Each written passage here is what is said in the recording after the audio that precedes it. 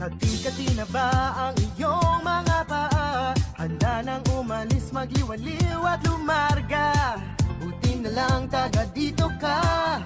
Sing dami ng happening, ang dami ng isla. It's more fun in the Philippines. Bakit malalayo? Sobrang swerte kaya ng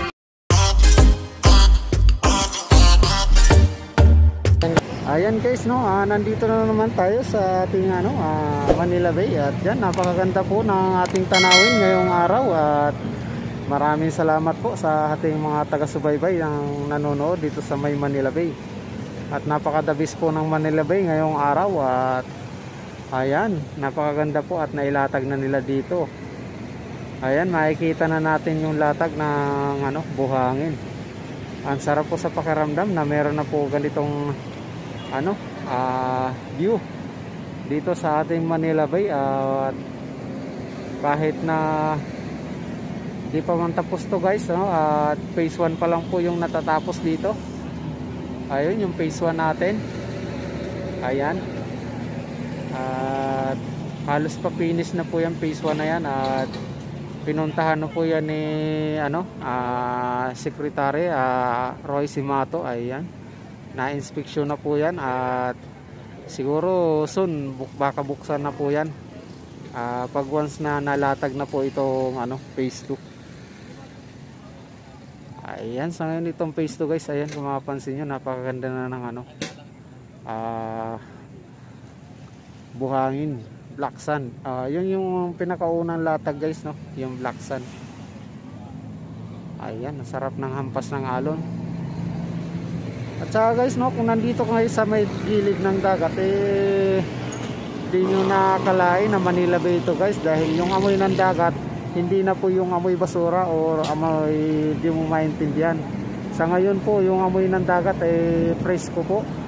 At yung hampas ng alon at saka hangin, ma-feel mo na siyang nasa beach ka na, or kung saan ba yan, Boracay ba yan, or yun, mapipil mo na po dito yan. Yan, ito na nga po yung mga nabago dito sa Manila Bay. Napakalaki po ng nabago dito sa Manila Bay. So yun, lalo na po kung pag natapos pa ito, at napakasarap po sa pakiramdam pag natapos yan. Yan, abang-abangan po natin dito yung update natin dito sa may Manila Bay. Ayan, at mega love shoutout sa mga OFW natin kaibigan dyan, at sa mga hindi ko pa naman kaibigan, mega love shoutout po sa inyong lahat. At sa aking mga kaibigang sumusuporta sa channel ko, sa pagsusugod sa channel ko, ayan, maraming salamat po sa inyong lahat. At hindi nyo po ako pinapabayaan, at ayan, tuloy-tuloy po yung pagtuloy nyo sa aking vlog. At maraming salamat po. Ayan guys, kung mapapansin nyo itong ating Manila Bay, ayan, sarap dito magtambay guys. Ayan, kaya dito ko kayo lagi dinadala para yan yung mga OFW dyan ayan, nananabik po dito sa ating bayan Pilipinas. Ayan, nananabik po sa ating bansa na matagal na po sa ibang bansa na nagtatrabaho. At yan, namimiss na nila itong Pilipinas. Ayan guys, namnamin nyo na yung Manila Bay habang nandyan kayo sa ibang bansa. At yan, sana subaybayan nyo na lang yung aking mga vlog para hindi kayo maboring dyan kung saan man kayong bansa na naroon. At yan, at maraming salamat na rin. At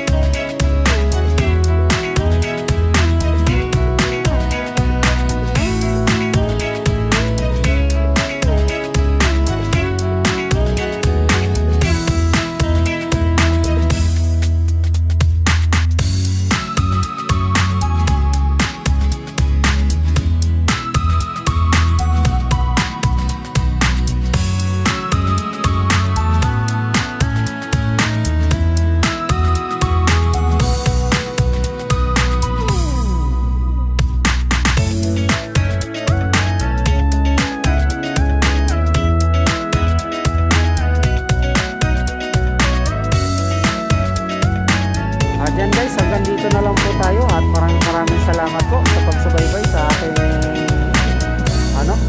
vlog, at subscribe nyo na rin guys kung bago pa lang kayo sa channel ko. Subscribe nyo na rin yung aking channel para updated kayo sa aking mga video.